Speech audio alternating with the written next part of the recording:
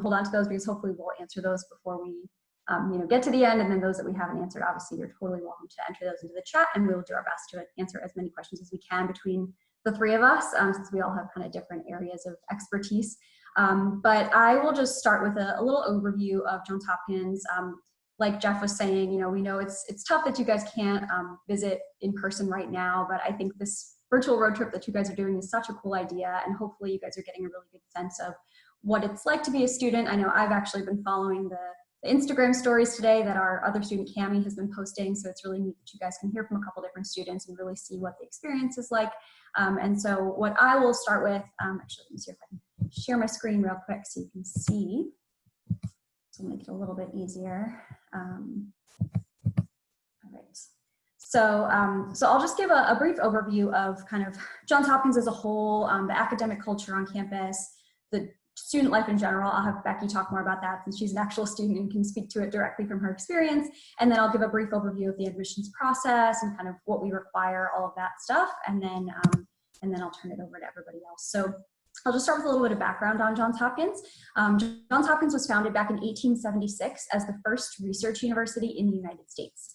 So research is still very much a part of the culture at Hopkins. I will definitely talk more about that. You can see here that Johns Hopkins as an institution overall does have several different schools that fall underneath it, but what we're going to focus on today is the Homewood campus, which is the home to our two undergraduate schools, which are the Whiting School of Engineering and the Krieger School of Arts and Sciences. So although Johns Hopkins was founded as a research university, we were also founded on a liberal arts philosophy. So the liberal arts really guides the way that our students learn at Hopkins. Students are encouraged to always be thinking about a very comprehensive, thinking about everything from a comprehensive perspective. So by starting out with a liberal arts foundation, students are able to really cross educational boundaries and think about how they can connect ideas. It really does set that strong foundation. It gives students very important skills like critical thinking skills and communication skills that they're able to leverage throughout the rest of their education at Hopkins. So that's kind of sort of the baseline for the education at Hopkins. So we like to break down the Hopkins education into two different stages. We call those stages the exploration stage and the discovery stage.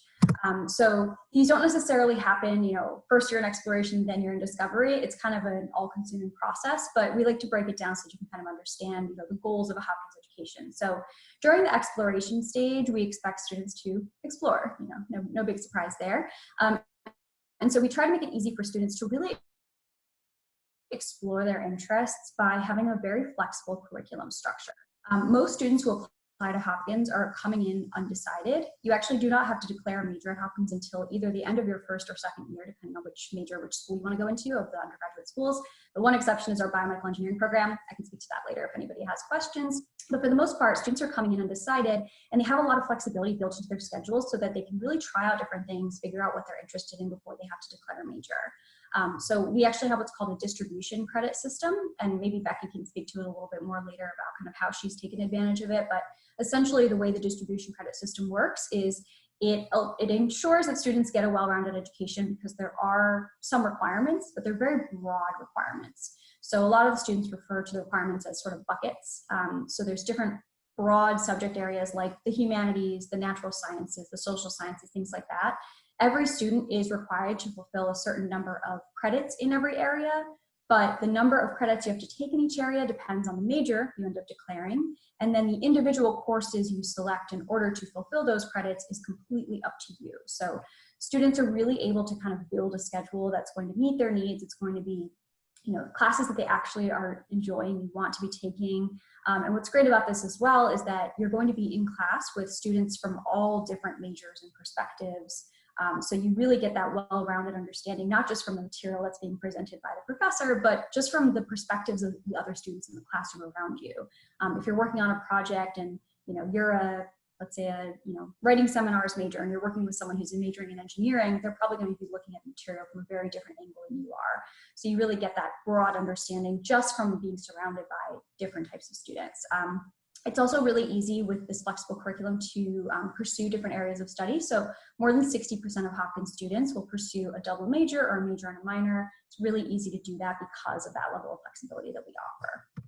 So students definitely take the time to explore. They're able to really pick and choose their classes, and they will all kind of fall somewhere within the distribution of requirements. And then when students get to that discovery stage, that's where our students are really taking what they're learning in the classroom and they're putting that into action. So this is where the fact that Hopkins is a research university really comes back into play. We have so many resources for students to conduct research, get involved in internships, to really get that experiential learning that takes it to the next level, where they get to apply that knowledge. They get to see how it's different in a real world setting. They get to actually contribute to the academic landscape, maybe by doing some sort of research. So the vast majority of Hopkins students are getting involved in some research, an internship, a study abroad experience, some sort of very hands-on student group. There's a lot of different ways that students get these experiences.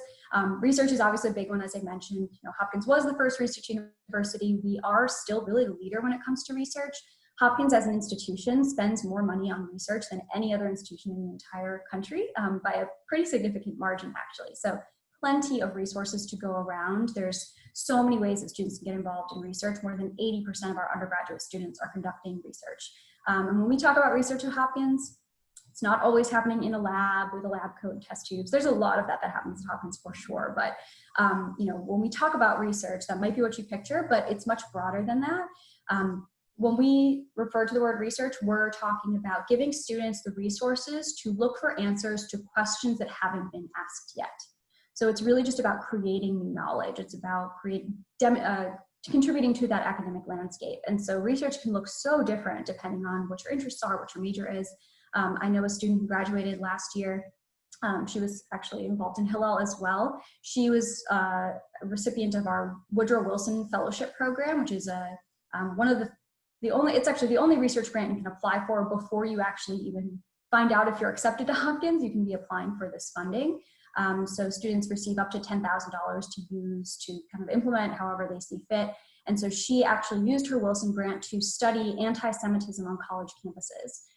Her major was writing seminars, and she was a theater minor, but it was just something that was personally very interesting to her. And so she was able to travel, use that grant to go to different college campuses across the US and the UK, interview students, do a bunch of research. And so she had some really interesting findings. So that was a research project that was funded by the university. I also know students who have developed new products in an engineering lab. So they're working on building a new stethoscope, or a student built a noise canceling stethoscope, which was really unique. So there's just so many different ways that students can do research, but what's great about Hopkins is that you really have unparalleled access to those resources. Internships are also very popular. A lot of times they do incorporate some research as well, but being right here in Baltimore, there's a lot of opportunities to get involved with different local companies, nonprofit organizations. There's a lot of really great ways to get involved in all different types of internships. I know students who have done so many cool things. We have what's called this Community Impact Internships Program, which is a partnership between Hopkins and 50 different nonprofits around the city of Baltimore. And students are able to work with these incredible community organizations and really make a difference, but get some incredible experience at the same time. They're working with local schools, local government, local nonprofits. So they're doing a lot of really cool things there. But I also know students who have done internships with like Under Armour or the Baltimore Sun or T. Rowe Price, or they'll head down to DC and work with a senator. There's so many different things that students are doing, but we really have those connections and the ability and resources to get students involved. So Johns Hopkins is a pretty mid-sized school. Our student body is a little over 5,000 undergraduate students. We have about 5,300 to 5,400 undergraduate students. And what's nice about being that sort of mid-size is that we really get the best of both worlds. So you get the opportunities of being connected to a larger university. So if you remember on the first slide, you could see that there are all these other institutions that fall under the greater Johns Hopkins University umbrella, and you can kind of see on this graphic here as well. So students are able to access all that research funding. They're able to do research at the Hopkins Medical School. They're able to get an internship with the Johns Hopkins Applied Physics Lab. They're able to do our accelerated master's program through the School of Advanced International Studies. There's all these different resources. Just being connected to the university allows students to access. But at the same time, our student body is actually relatively small for a research university. And so there is one-on-one guidance for every step of your journey. There are so many different offices. You can just see like a handful, this is not even a complete list here, of different offices that students can go to for whatever support they feel they need. Or even if you don't feel you need it, you're going to get that anyway. So for example, students are assigned an advisor before they even set foot on campus who helps select your classes. Students can speak to a study abroad advisor if that's something that they want to pursue, and they'll help you find a program that's going to meet all your needs. We have what's called a life design lab, which I'll talk a little bit more about in a minute, but that's essentially our career center that helps students connect with different internship opportunities and figure out what life looks like after college. We have an office of pre-professional advising, which is an office dedicated to helping students navigate the path to a pre-professional program like medical school or law school. And so students who are interested in those programs are assigned an advisor who works with them one-on-one and makes sure that they are basically the most appealing candidate they can possibly be to those programs. And they do a really good job with that. And just to specify, those programs at Hopkins are considered to be advising tracks, not majors. So a student can have any major and still be on a pre-med or pre-law or pre-vet or pre-whatever track. And then you have an advisor who makes sure that you're kind of staying on that path as you go throughout your time at Hopkins. Our admit rates to medical school is about 80%, and law school, it's, I want to say 96%, I believe, maybe higher at this point. So they definitely do a really good job. And just in general, our students are very, very supported by different staff members, professors, just kind of all these different things. So obviously academics are, a large focus of the time you spend in college, but Hopkins is a really dynamic place. And again, I'll have, Becky talk a little bit more about what she does when she's not in class, but I'll just give kind of an overview of what student life really looks like. So we have a very, very vibrant campus community. There's a lot to get involved in.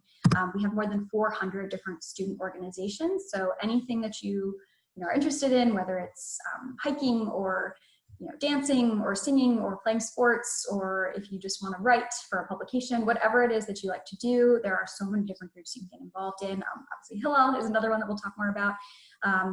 So there's lots of things to get involved in outside of class. And what's great about Hopkins organizations is that every single student group is entirely student run. So our students really do get to shape the campus culture. They're really developing what that looks like. They get to plan all the different events. They really have that autonomy to kind of, make the culture what it is. And then they get to develop very valuable skills through that as well. So you're learning how to, oversee other students. You're learning how to communicate. You're learning how to balance a budget. There's all these things that you're not necessarily thinking about when you're trying to, select a college, but these are things that are going to be very important for you to come away with. And so our students have this great opportunity to really make an impact on our school community. So our community really does extend beyond just the campus as well. We're lucky to be located right in Baltimore, which opens up a lot of doors to our students. So Baltimore is a fantastic place, whether you're a student or just, a human in general. And I feel like a lot of you probably live here already. I know some of you guys are kind of tuning in from all over the place, but I'm sure many of you on here know how wonderful Baltimore is. So it is really great that this is kind of our backyard, and so many benefits to being in Baltimore beyond just, the internship opportunities they've already mentioned. There's a lot of great community service opportunities. We have what's called the Center for Social Concern that oversees more than 50 different student organizations. And so our students are, working with local elementary schools to do tutoring programs. They are building community gardens throughout the city. They're doing all kinds of really incredible work. And I think our community really feels compelled to give back to Baltimore because we get so much out of being here. So students are really taking advantage of Baltimore in so many ways. It's a really great place to explore, very easy to get around, lots of cool things to do. There's lots of great theaters and restaurants, and we have our 2 sports teams that play right in downtown. There's free shuttles offered by both Hopkins as well as just the city of Baltimore. So super easy to hop on a free shuttle, go downtown, go check out Inner Harbor or Federal Hill or kind of wherever you want to go. So again, I'll have Becky talk a little bit more about what she likes to do both on and off campus, and so we'll talk more about that. So the experience at Hopkins is a very enriching one. So as I mentioned, we have students are kind of going through this whole experience. They're getting involved in our community. They are really overseeing that community. They are getting that liberal arts education combined with the more applied experiences. And so after all of this, where does that actually take our students? What does that mean? So our students really do go on to be very successful in kind of all different realms. And as I briefly mentioned before, we have what's called a life design lab that does help students kind of implement that. So the life design concept is essentially, rather than just having a standalone career center that students are able to go to when they're just like, hey, I need an internship, help me out with this. The Life Design Lab, life design educators are actually interacting with students constantly throughout their experience. So they're embedded into the academic department, so students are really able to interact with them, and they have a better sense of what the field looks like and what a certain student might want out of their career.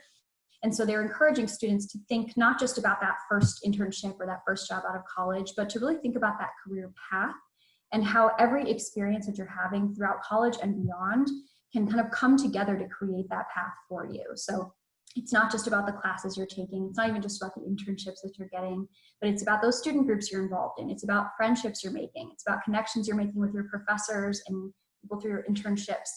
It's really about learning to leverage those things and to create a path out of those skills and knowledge that you have, and to figure out how to make that into something that's going to take you far and make you successful. So our Life Design Lab is really well equipped to work with students individually to make sure that they really are coming up with the path that's going to make the most sense for them.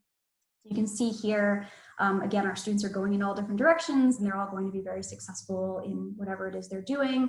For our class that graduated now 2 years ago, about half of them, so about 90% total, 6 months after graduation, were either employed full-time or in graduate school.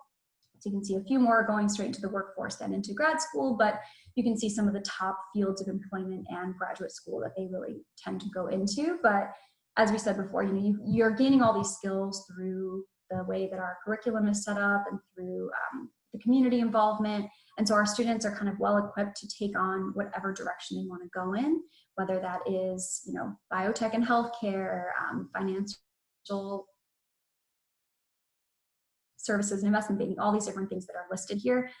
Starting out with those baseline skills and giving students access to those applied experiences really gives them kind of that leverage to go on to do whatever they want. So I'll just briefly go over the application process, and then I'll turn it over to Noam to talk about Jewish life. So at Johns Hopkins, we have 2 different application deadlines. We have both early decision and regular decision. I think these dates might be a little off from last year. I believe early decision this year, our deadline is November 2nd, and then regular, I think, is January 3rd, 4th. I forget. You have to check our website because it's something around there. It's always the very beginning of January, but it depends when the holidays or when the weekend falls. So those are our 2 different deadlines. The difference between them, besides the date, is that early decision is a binding decision. So if you are certain that Hopkins is your first choice, early decision can be a good way to go, because not only do you get to find out earlier what the decision is, but that's also when all the space in the class is still available. So by the time we get to regular decision, we have already filled a portion of the class with those early decision applicants. And so if you know that Hopkins is the place you want to be, that's something that you'll want to keep in mind. When it comes to early versus regular decision, financial aid would look the same regardless of when you apply. Johns Hopkins meets 100% of demonstrated financial need for every single admitted student. So students are required to submit the forms listed here, FAFSA, CSS profile, and tax returns in order to qualify for need-based financial aid.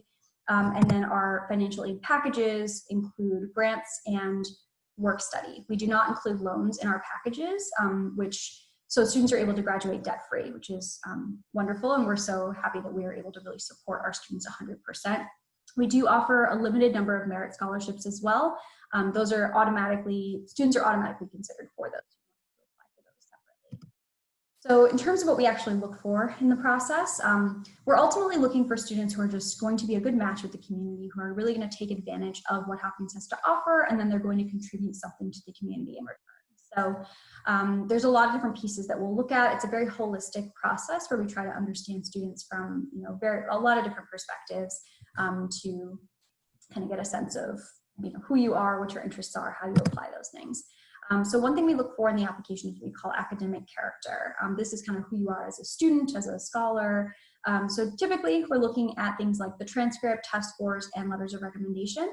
For this upcoming cycle, given what's been going on with the pandemic, we actually are going to be test optional just for this one cycle. We reevaluate every year. So going forward after this year, I can't say what that's going to be, but for this upcoming cycle, we are test optional. So test scores are not required. Typically, we require either the SAT or the ACT. We will still require, obviously, your transcript, as well as letters of recommendation, one from a counselor and 2 from teachers. And so these pieces really give us that insight into your academic interests, what types of classes you're taking, what level those courses are, how well you're doing in them. And then the letters of recommendation can give us a lot more insight into kind of what went into that. So how did you get to those grades? Were you someone who was very engaged in the classroom? Are you someone who has that level of intellectual curiosity that we're seeking? So those are all things that are really helpful for us to know. Next, we look at impact and initiative. So this is more about the impact you've had on your community. So as I mentioned, we have this very vibrant campus community where the students are really kind of driving everything. And so we're looking for students who are excited about being a part of that. So we'll look at your extracurricular activities, things you're doing in and outside of school to get a sense of what your interests are and how you pursue them. Those letters of recommendation will definitely come back into play as well, because often your teachers, counselors, they can really speak to things that you can't even necessarily say about yourself, about the impact they've seen you make on your community, how well you work with others, your leadership skills, things like that. When you're talking about your extracurricular activities, we definitely encourage students to highlight any initiative you've taken. So whether that is an actual, titled role that you held, or if it's just, something that you did as a member of a group or something outside of school. Anytime you've taken initiative to plan an event or create a fundraiser or whatever it is, that'll just allow us to envision you as a change maker on our campus, someone who can really implement things. And so you'll definitely want to highlight that for us. Lastly, we're just looking at essentially overall match with the institution. So that's really going to come from every single part of the application. And again, it's really just looking to see that what you're trying to get out of your college experience aligns with what we have to offer. And so we look at all those different pieces, including the essays. So the personal statement is, we require just 2 essays, the personal statement and 1 supplemental essay. The personal statement is really just your chance to tell us something interesting about yourself. Literally, it can be about absolutely anything. We have seen it all. Sometimes the more interesting, the better, or the more unique, the better. It's really just kind of your chance to tell your story, something that you feel your application would be incomplete without. And then we can really kind of see what different ideas and backgrounds you're going to bring to the community. The supplemental essay essentially asks you to talk about a time that you had to collaborate with others and what you learned from that experience. That is helpful to us because Johns Hopkins is a very collaborative place. That's something that we value as an institution. We find that we are able to be more innovative when we're bringing the most ideas together. And so that's something that we just want to know, what is your take on collaboration? How has it affected you? What have you learned from collaborative experiences? I definitely recommend checking out our website. We have a page called Essays That Worked. And so it's a collection of actual admitted students' essays that we've compiled over the years, and we pick out our favorites and we post them on the website, and then we actually describe what we like about each one so that you can get a sense of what a good essay looks like. They're all very different because you're all very different. That's kind of the whole point. But you can see that there's something very compelling about each of these essays that made us say, like, this is someone that we can really see as an active participant in our community. So I will leave it here. You guys are welcome to take a screenshot of this slide if you'd like to, so that you can see how to further connect with us. So obviously you're going to hear a little bit more about student life and Jewish life in just a moment, but if you still want to learn more, which I definitely encourage you to do, we have lots of different ways you can connect with us further. So we have our admissions website. Hopkins Insider is a really great student-run blog, so you can kind of just see what the students are up to. They post about all kinds of things. We have our virtual tour online, so if you're not obviously able to visit us in person, you can take our virtual tour. You can either do it on your own using this link here, or you can actually register on our website to sign up for an information session and a guided virtual tour. So you'll be taken on the virtual tour by our current student tour guides. And so it's a little bit more interactive. You can kind of ask questions as they go along and all that. You can also see here email addresses that you're welcome to reach out to if you have any further questions. The one at the bottom, Ask a Student at JHU, is managed by the students who work in our office. So if you have a student or a question that you want directed to a student as opposed to an admissions officer, that's the place to go. And then we have on our website, you can look up your regional admissions counselor. So if you want to know who covers your region, you can go there, type in your school zip code, and you can figure out who to email. So that was a lot of information. I tried to keep it as brief as possible, but there's just so much to tell you. So I will turn it over to Noam to talk a little bit more about Hillel and Jewish life at Hopkins. Excellent. Thank you, Stephanie. And I just want to encourage you. Stephanie shared the Ask a Student at jhu.edu email address. Reach out to students. Hopkins students have a lot of pride in the school and the community, and I find that when prospective students reach out to students, they get the information they want, and the students are very honest and are very generous with information and their time. So really, take her up on it and ask questions. Thank you for the presentation, Stephanie. I just want to really focus on the Jewish community and Jewish life, but please feel free again to ask any questions at the end or just chat them and we'll monitor them. Um, so as you heard during Stephanie's presentation, she referred to student life as and mentioned that you can make the culture what it is, and this is something that is very true for Jewish life at Hopkins. So just to give you some stats, there are about 450 Jewish students at Hopkins. Um, about 8 or 9% of the total undergraduate population. We at Hillel serve primarily the Homewood campus, but also Peabody, which is important. We have students coming into our center. Our the Hillel House or the Smokler Center is located right off the Homewood campus on North Charles Street. It's very centrally located, and usually during when there's not a when times are normal, I should say, we have a very active building.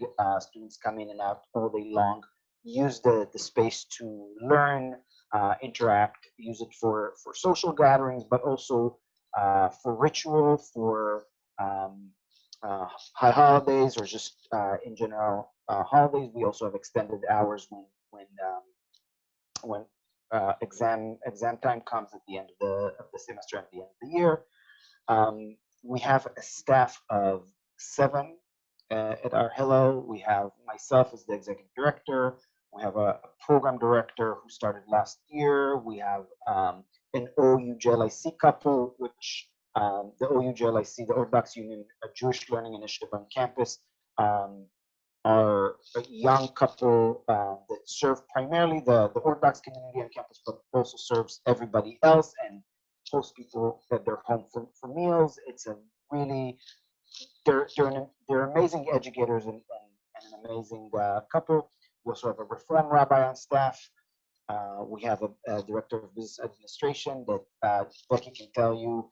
She does pretty much everything in the building. Monica, who she's uh, she's amazing and really somebody worth getting to know. And then we have an Israeli shlicha, Israel fellow that does a lot of our Israel programming, and I'll get to what we do around Israel in a moment. But really, I can go on and on about what we do, but in essence, if you do come to Hopkins and you realize there's something um, that is missing, we want to create with our students, not for our students. So we do really value students taking initiative, leadership, or just making a suggestion and getting a group of friends and peers to make something with them. And we will work with any of you, any student that comes to us um, to create something that doesn't exist or didn't exist before. Just to give an example, we had a student that really wanted to create a magazine that focuses on Jewish identity question and his experiences in Israel and his peers' experiences in Israel.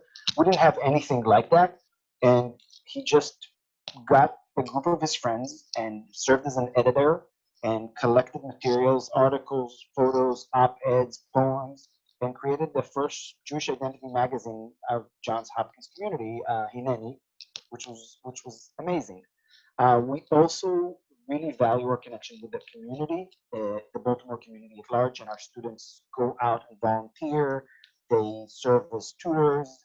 They also run fundraisers at the school and donate the proceeds to different programs in Baltimore City. Um, so going back to the programming element, I would say that we have something going on in the building or outside of the building every day of the week for the Jewish and for the non-Jewish community. We are aiming to be a radically inclusive community, and we do a lot with our non-Jewish friends and colleagues. We are affiliated with the school through the Office of Student Life and specifically through the Interfaith Center. So we do a lot with other chaplains and other groups, cultural religious groups on campus. So that's very important to note. Um, to touch for a moment on our immersive experiences, we offer, again, when travel was normal, we offered 3 trips to Israel a year, birthright being one of them, which I'm sure most of you are familiar with. Um, we offered a study program through the Hartman Institute over winter break, and we offer a building bridges trip, which is a trip designed primarily for non-Jewish student leaders with a few Jewish students. There's 25 students that we take to Israel and the West Bank with non-Jewish student leaders, 20 students that are not Jewish and 5 Jewish students that are serving as mavens.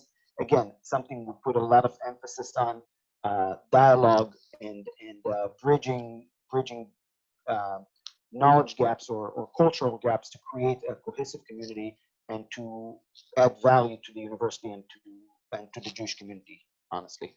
Um, we take pride in being very much student-led and driven. So Becky can talk more about that. Becky is the president of our Hillel Student Board currently. Um, we do a lot in to develop new, exciting, and robust programming, and we really care deeply about our students, and we try to serve as a resource to all of our students. Um, I should also mention we try to add to what the university already does. So Stephanie earlier talked about making connections and working with the career center. We also have a mentorship program through Hillel, connecting alums and board members with current students that want or need advice in their area of study, or just want somebody to conduct a mock interview with them, or just want to ask questions about a specific field, whether it be finance or medicine or law. We can connect the students with those professionals. So really, we have a little bit of everything.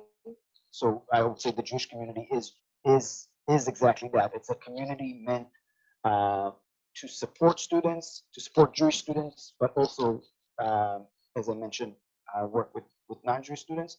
And just to give you another tidbit, um, during during the regular year, we host Shabbat meals. About 100 to 150 students come every weekend to have a Friday night dinner with us. I would say about a quarter of the students that are coming are not Jewish, and we welcome them. So really, we take pride in that. We we're fortunate to have a very supportive university and supportive community, and we are there for all of our students. I'm just looking at the time, and I know you'll have questions for Becky, so I wanna give her the time and space. But I saw a question came through chat, so I will address it at the end. Okay, Becky, take it away. Thanks, Nam. So kind of just to recap what we've been talking about so far, and to finish my introduction. So as I mentioned, I'm a senior, so I've had I've had 3 full years on, well, 3 full years on almost campus, 3 full years at Hopkins. And I've been involved in a handful of things outside of my academics. As Stephanie mentioned, we have a really lively campus with a lot of amazing opportunities. So as Noah mentioned, I'm the president of the Hillel Student Board, but that's just a one-year thing. So the year before that, I was vice president, and the year before that, I was one of our social chairs.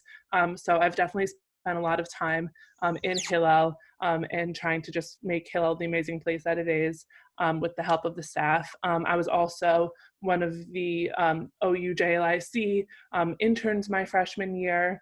I was involved in a program that's called the Tutorial Project, which is a program that works with kids from Baltimore and basically from the inner cities of Baltimore, and tutors them in math, English, or reading. And then since the spring of my freshman year, I've been on a student-run venture capital firm, which I'm very proud of and has been a very big part of my life. It's really helped me really make me realize like how interested I am in venture capital, and it's really like helped me set my path for going forward. And after I graduate, like Stephanie mentioned, we have a lot of opportunities for internships at Hopkins. And so last summer I was working at a venture capital firm in Baltimore, which was really great because I was able to live in my apartment, hang out with all of my Hopkins friends after work. And then this summer I'm working at a startup that's based in Manhattan, but still I wouldn't have had these opportunities without Hopkins to really help me realize my interests and make these passions possible. So I guess that's just like a quick overview about me. I think that what would be best now is if you guys want to just start writing your questions into the chat. I'd be happy to answer any of those. If I like the things I mentioned are things I'm most involved in, but being an incoming senior, I've been exposed to many things at Hopkins, therefore can probably answer I hope I can answer most any question you have about student life, and I'm really just happy to talk about whatever you guys are interested in, not just what I'm interested in. So. I think between the three of us, we can handle it. I'll let you take this first one. I see one question. What percentage of classes are taught by grad students? So I believe about 97% of our courses are taught by professors. So the vast majority, and Becky, I don't know if you can speak to, I don't know if you've ever had a course taught by a grad student, ever? I actually had one heart class taught by a grad student. So basically a heart class is a one semester class that's taught by a grad student.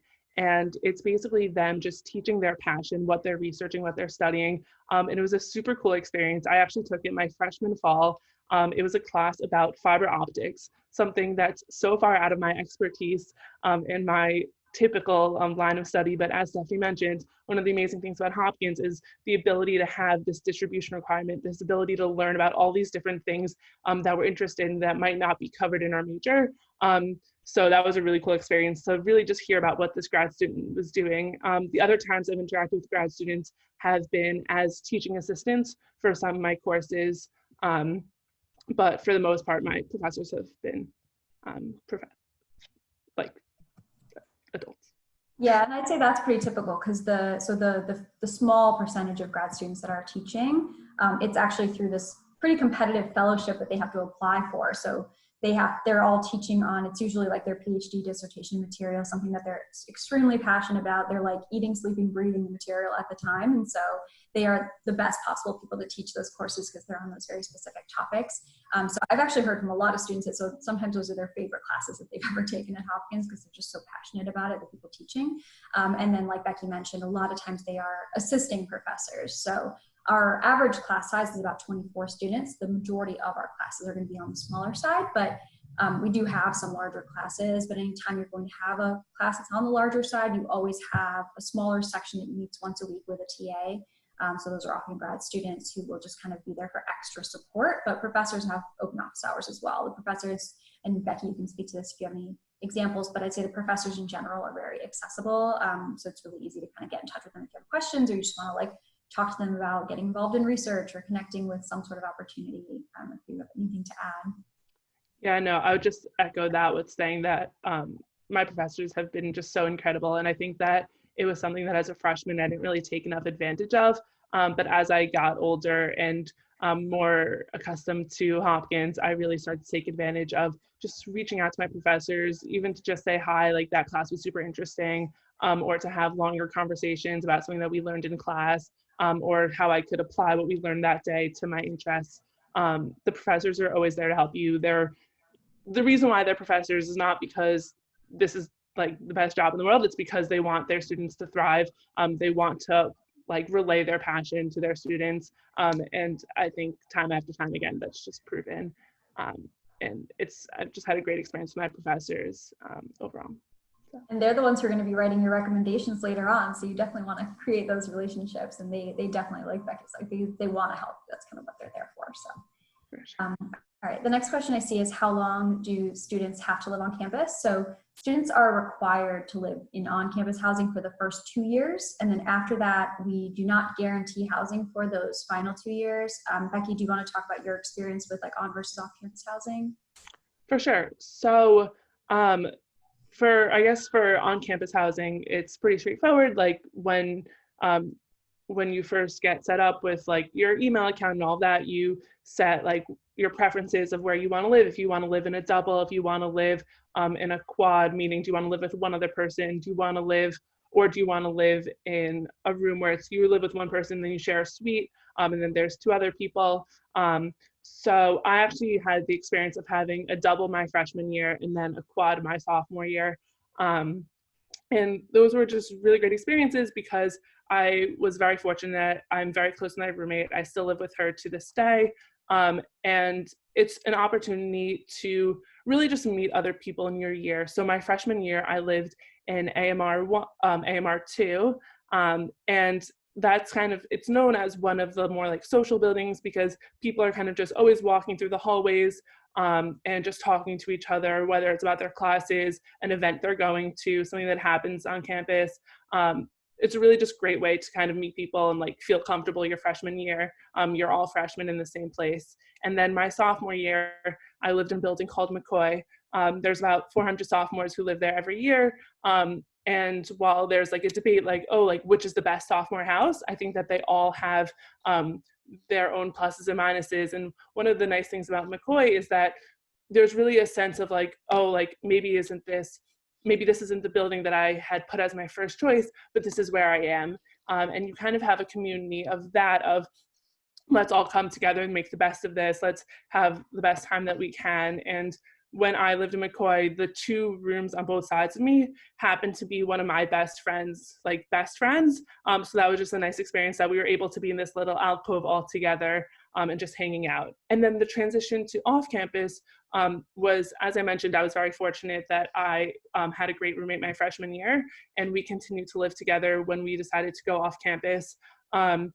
The way that we chose how to find our off-campus housing was we had gone to one of our upperclassmen friends' apartment a few times, and his apartment was 1 block off campus, also 1 block away from Hillel, so it was perfectly convenient for us.